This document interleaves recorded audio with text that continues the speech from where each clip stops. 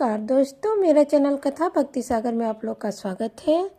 आज हम फागुन मास के शुक्ल पक्ष के एकादशी अमल के एकादशी व्रत की कथा कहेंगे। एक वैदिक नामक नगर था। उस नगर में ब्राह्मण, वैश्य, क्षत्रिय, शूद्र चारों वर्ण के लोग आनंद पूर्वक रहते थे। नगर में सदैव वेद ध्वनि गुंजा करती थी। उस जगह पापी, दुराचारी, नास्तिक आदि कोई न था। उस नगर में चैत्र रथ नामक चंद्रवंशी राजा राज्य करता था। वह महान विद्वान तथा धार्मिक था। उस राज्य में कोई भी दरिद्र तथा कंजूस नहीं था। उस राज्य के सब निवासी विष्णु भक्त थे। वहाँ के निवासी वृद्ध से लेकर बालक तक प्रत्येक एकादशी के व्रत करते थे। एक समय फागुन मास के शुक्ल पक्ष की अमल नामक एकादशी आई। उस दिन राजा ने प्रजा तक, वृद्धा से बालक तक सबने हर्षपूर्वक उस एकादशी का व्रत किया। राजा अपनी प्रजा के साथ मंदिर में आकर कुंभ स्थापित करके तथा धूप, दीप, नैवेद्य, पंचरत्न, छत्र आदि से धात्री से पूजन करने लगे। वे सब धात्री की इस प्रकार स्तुति करने लगे, हे धात्री, तुम ब्रह्मा स्वरूप हो, तुम ब्राह्मणी जी द्वारा उत्पन्न हो और समस्त पापों को नष्ट करने वाली हो। तुमको नमस्कार है। अब तुम मेरा अर्घ्य स्वीकार करो। तुम श्री रामचंद्र जी के द्वारा सम्मानित हो। मैं आपकी प्रार्थना करता हूँ, मेरे समस्त पापों का हरण करें।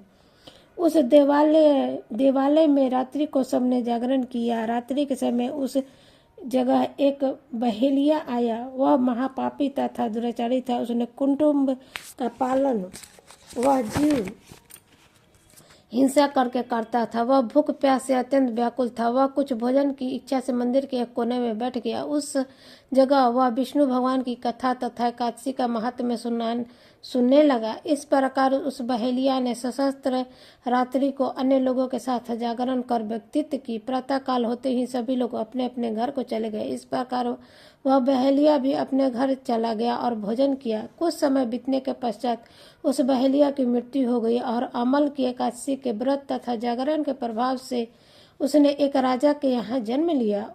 उनका नाम बसुरथ रखा गया। बड़ा होने पर वह चतुरंगिनी सेना सहित तथा धन्य धारने से युक्त होकर 10,000 ग्रामों का पालन पोषण करने लगा। वह तेज में सूर्य के समान, क्रांति में चंद्रमा के समान, वीरता में विष्णु भगवान के समान और क्षमा में पृथ्वी के समान था। वह अत्यंत धार्मिक, सत्यवादी, कर्मवीर और विष्णु भक्त था। वह प्रजा के समान भाव से पालन करता था।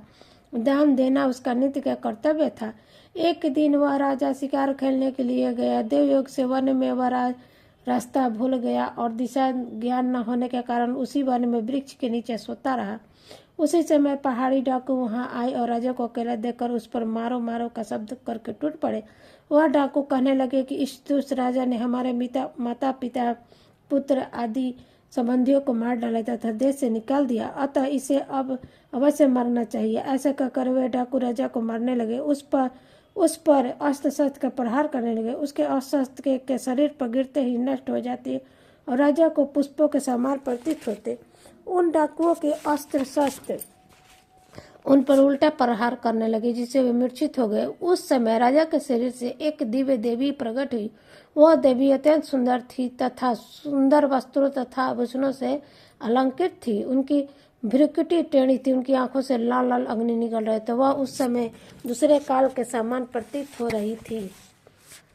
वह उस डाकुओं को मारने दौड़ी। समस्त डाकुओं को काल के गाल में पहुंचा दिया। जब राजा जागा तब डाकुओं को मरा हुआ देखकर सोचने लगा कि इस शत्रुओं को किसने मारा।